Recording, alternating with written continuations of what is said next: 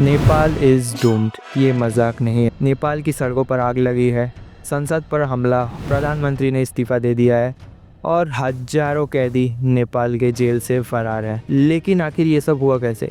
क्या सिर्फ social media ban ने पूरी सरकार को घुटनों पर ला दिया? और क्या है सच? चलिए पूरी कहानी आपको इस वीडियो में बताता हूँ।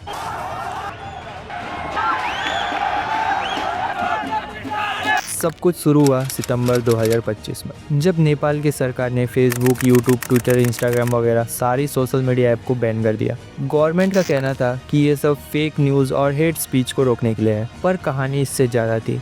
लोग सोशल मीडिया पर आवाज़ उठा रहे थे करप्शन के खिलाफ, तो सरकार ने इसे सिंपली बैन कर दिया।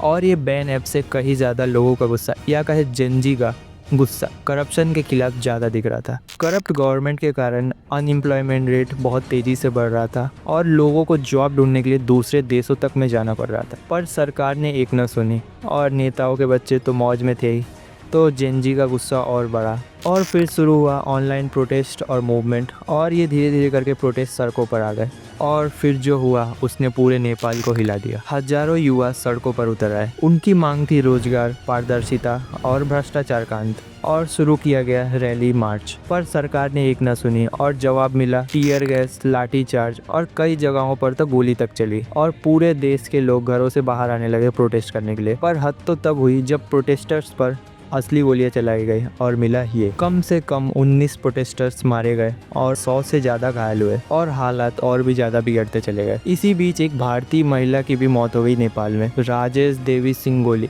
बचने की कोशिश में चौथी मंजिल से कूदी और उनकी मौत हो गई। और सोचिए, इसी अफरा तफरी में 13,500 से ज़्यादा कैदी भाग निकले, या कहे तो जेल से फरार हो गए। और सरकार ने प्रोटेस्टर्स पर दबाव बनाने का सोचा, पुलिस के जरिए या मिलिट्री के जरिए, पर प्रोटेस्टर्स ने और जोर से विद्रोह किया और सांसद, नेताओं के घरों में आग लगाना शुरू कर दिया। दबाव इतना बना सरकार पर कि सरकार को सोशल मीडिया बैन को हटाना पड़ा। एक यूट्यूबर जो वहाँ लाइव मौजूद थे, उन्होंने दिखाया कि कैसे टीयर गैस का यूज़ किया जा रहा है प्रोटेस्टर्स को पीछे ढकेलने के लिए। और वहाँ पर जो एम्बुलेंस वगैरह का सुविधा है, वो आम आदमी को छोड़कर सिर्फ पुलिस और जो नेताओं हैं उन्हें बचाने में लगे हुए हैं। नेपाल इस समय सच में वॉर जोन बन चुका था। लेकिन लोगों को सबसे बड़ा झटका तब लगा जब नेपाल के प्रधानमंत्री केपी शर्मा ओली ने इस्तीफा दे दिया। यानी सरकार लिटरली कोलैप्स हो चुकी है।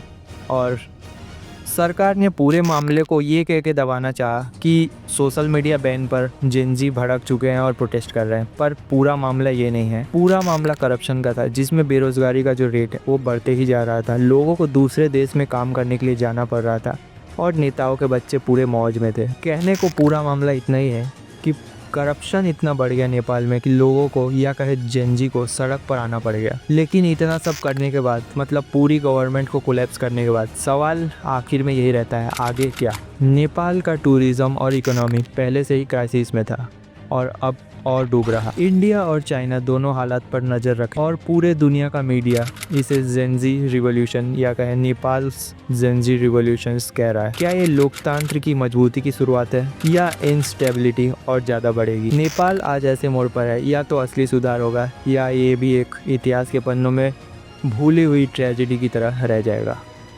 इतना साफ है कि नेपाल की कहानी अभी ख़त्म नहीं हुई है। मैंने जितने भी इन्फॉर्मेशन दिए हैं उन सब के सारे लिंक आपको डिस्क्रिप्शन में मिल जाएंगे। तो अगर आपको ये वीडियो पसंद आई हो तो लाइक कर सकते हैं और मेरे चैनल को सब्सक्राइब कर सकते हैं और कमेंट ज़रूर करें, क्योंकि नेपाल की ये जो आवाज़ है सिर्फ नेपाल की नहीं, ये हर वो युवा की आवाज़ है जो करप्शन से लड़ना चाहता है। जय हिंद।